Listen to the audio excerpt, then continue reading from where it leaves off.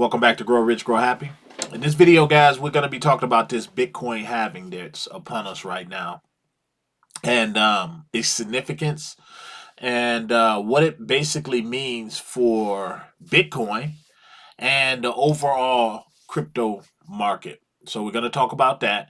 And because I understand it's a lot of you that are new that may not know what the Bitcoin halving is. You may think you know, but you might not really be too sure about it. You just know that everybody keeps talking about it. You're seeing commercials about it. A lot of these bigger institutions, namely BlackRock, are really heavily involved in Bitcoin, which is crazy and ironic at the same time because so many years ago they were totally against any kind of crypto. They were totally saying that no one wanted to own any kind of Bitcoin. None of their none of their clients wanted to own any Bitcoin. And then you fast forward like year, 2 years later, and they have a Bitcoin ETF and trying to get a Ethereum ETF. So again, you have to follow the wealth at the same time, but you have to think for yourself. This is why I always refer to you guys as the free thinkers. When they were saying, back when BlackRock was saying, stay away from crypto, none of their clients wanted to be involved with crypto. I was steady snatching up crypto because I'm like, I'm not even trying to hear that because I think for myself and I realize that they just trying to keep as many people away from it while they try to gain control of the whole narrative with Bitcoin, which we see happen with the ETF and how many people just aped into these these stock ETFs. So, but again, it brings us back to Bitcoin and the Bitcoin having what we've been waiting so long for. We've a lot of you on this channel, you've been buying and buying and buying in anticipation for this event. So we're gonna pop over and we're gonna talk about that. And I was reading, doing some research and reading articles, and I came across a pretty good article that I figured I would use. Hold on, let me fix my mug. That I figured I would talk about this article, which pretty much I felt like did a good job of breaking it down in basic terms for you guys. It says the five important facts about the Bitcoin halving. I am on Crypto News. It's a great website where you guys can get a lot of good crypto news and find out what's going on in the market and your investments. Okay, let's check it out. They say that there is a number one. There isn't much Bitcoin left. Bitcoin has been structured so most of the total supply is already in circulation, which it is. After the halving, which is today, there will be a mere 1.3 million Bitcoin left for miners to discover because it is proof of work.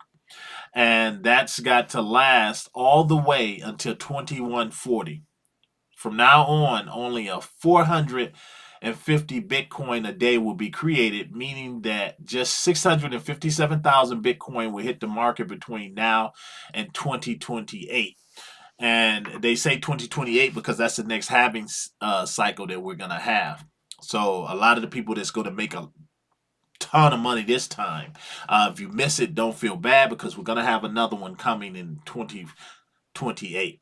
Now, basically, what this is saying is that the Bitcoin is already scarce, but it gets more scarce during these halving cycles because now the whole total supply is coming down, and you're going to be looking at a mere 1.3 million Bitcoin. Now, to understand that a little bit better, look at some of our tokens that we talk about on here that has like 10 billion or 1 billion total tokens in token supply, and they may not have them all circulating. So you kind of related to that, and you say, well, 1.3 million tokens is nothing. This is why I always tell you guys when I see something with low token amounts like 1 million, or in some cases maybe 2 or 300,000. That's something that could create some really big time wealth. Well, if you look here at this chart, 2009 is when Bitcoin came out. And then if you look here at the 4 year schedule, look at this. How it's basically been happening, and here we are here. And then you have another one coming in 2028. Just look at you. This is the best illustration that I've pretty much seen for what's going on right now. Total Bitcoin supply 21 million. So you come on down, and it says number two, Google searches for Bitcoin halving are smashing records. Yes, because it's a lot of people out there know the significance of Bitcoin. They know what this means. They know what this means to the overall market. Now, there's a lot of people who can't afford Bitcoin, but it's also people who can afford Bitcoin that would rather get into these alt plays like we're holding, and we talk about a lot on this channel, because they know that these altcoins and all these other projects are going to benefit off of this one big halving event.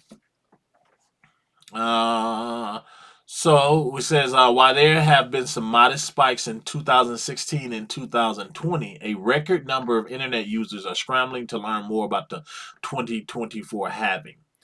Yes, they are, because now crypto is so widely adopted, and every day is becoming even more adopted, that everybody wants to know, what's this having? What's this? How can I change my life?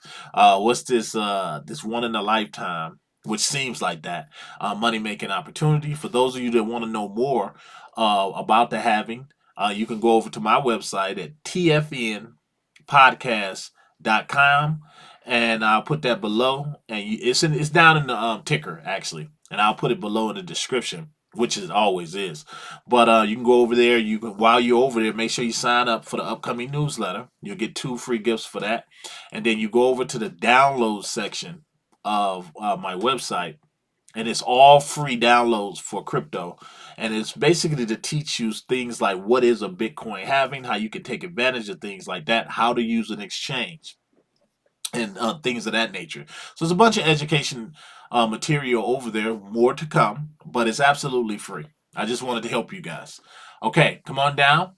BlackRock is feeling very bullish. From what I understand, they're using Bitcoin as their hedge against inflation. Okay, the world's largest asset manager firm recently caused a splash by launching an electronic exchange traded fund ETF based on Bitcoin spot price. This means that for the first time, many institutional investors has been able to gain exposure to the halving without owning the digital asset directly, which means your moms, your pops, people may not be too savvy to actually get in and actually buy Bitcoin itself. So having an ETF, they're able to do that. Uh, and it's actually good for them too with this Bitcoin halving. Once it really, really just catches on, they'll be able to make some money, and they'll be able to do it without feeling too exposed to a crypto market that they don't understand. Okay. Where are we at? Okay. Here's the annual return history. Bitcoin annual returns and halving events. And it goes all the way back to 2011. These are the returns. 2013 was pretty big. And then you come over here. Look at this. I was 5 point, almost 5 point. What was this? 5,000%. And then you come over here and you look at the money. Just look at it. The prices here. These are the prices of Bitcoin and how they're being affected by the halvings. Look at this. And you can just see the rise right here, which takes us to now where we are with Bitcoin today being at 64,000, and it's going up a little bit. But it's being affected by a lot of things what's going on also in over in Israel, overseas, and the inflation, institutions, and just the war itself. So it's being suppressed by a little of that. But make no mistake, not financial advice. I really seeing this thing take off. So where we at? Bitcoin ordinals are popping too. This basically speaks to the NFTs. And it's telling you about the NFT volume. And I want to say that's no. Here we go. And this is where I wanted to end it at. The short term outlook is uncertain. Okay, they say it's all too easy to throw out a random Bitcoin price prediction, but the betting markets, people are putting their money where their mouth is. Now, a lot of people, you've heard it. A lot of people talk about 200,000. Some people talk about 150,000, 100,000. People, those are just guesstimates. Those are guesstimates, and some of them they're looking at and they're basing it off of past performance. But like I told you guys, the biggest difference to this one is crypto is really um, well adopted, and it's really growing. So you look at the number one asset manager, BlackRock. BlackRock has pretty much made it cool. Even though I've always thought crypto is just the best thing going since sliced bread, but BlackRock has pretty much put their arms around the crypto market. Crazy, but they put their arms around the crypto market and embraced it, which has been a domino effect for the world, at least in the United States, to embrace it. And as you see, Hong Kong, they're getting their own ETF. Well, actually, they already have it now. They have their own Bitcoin ETF and the Ethereum as well.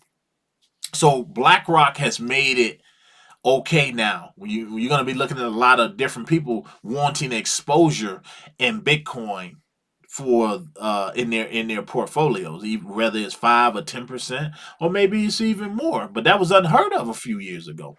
BlackRock has made it cool now. Now, if you look at this, they're saying the latest stats suggest that bettors believe there is just a 46% chance of Bitcoin hitting $100,000 this year. That's not to say next year, but they're talking about this year. What is it going to do this year? With a sentiment slipping over the past few weeks, only 11% believe we'll see 200 and basically $250,000 by December. So we got something out there. What I see, and again, I don't have a crystal ball, but honestly, I could see us hitting 100,000. $100,000. Why do I care? Wait 1 second. Hold on. Okay, Bitcoin dip into the lowest. Okay, why do I care if it hit $100,000? Hell, why do I care if it hit $90,000? I care because I'm heavily invested in a bunch of great projects, and I know Bitcoin does well. The overall market does well. Look, Bitcoin's up 2% right now, which is good. It dipped down. Actually, when did it get down to here? 59. It actually dipped below 60,000 somewhere last night. Actually, around 8:30 last night, it dipped below. So, no worries. Remember what I told you guys? No worries at all. Um, so what do I overall see? Again, zoom out. Zoom out. You zoom out to the year and look at that. Everybody knew the halving was coming, except the newer people who are new to crypto. I hope you kind of got an understanding of what the halving is now. It's just basically lowering, decreasing the supply. Everybody know if you've been to school, you know what supply and demand is. The less of something of a product or something that you have, the less of it, it makes it more valuable. So that's where we're at with Bitcoin right now. I don't know how long it's going to take for all of this to really take effect. And I'm really not concerned about that right now because I'm still, like a lot of you on this channel, looking to get in some of these tokens that are just going to fly when everything just starts going through the roof. So, yeah, that's what the Bitcoin halving is. If you guys want, well, what I'll probably do, I'll probably put a link to this article down in the description so you guys can check it out for yourself and let me know. Are you guys done? Have you is your bags packed? Do you have all the crypto that you want, and now you're just topping off some of your stuff? Or if you're new and just getting into crypto for the first time, how do you? I would like to hear from you. How do you feel about cryptocurrency?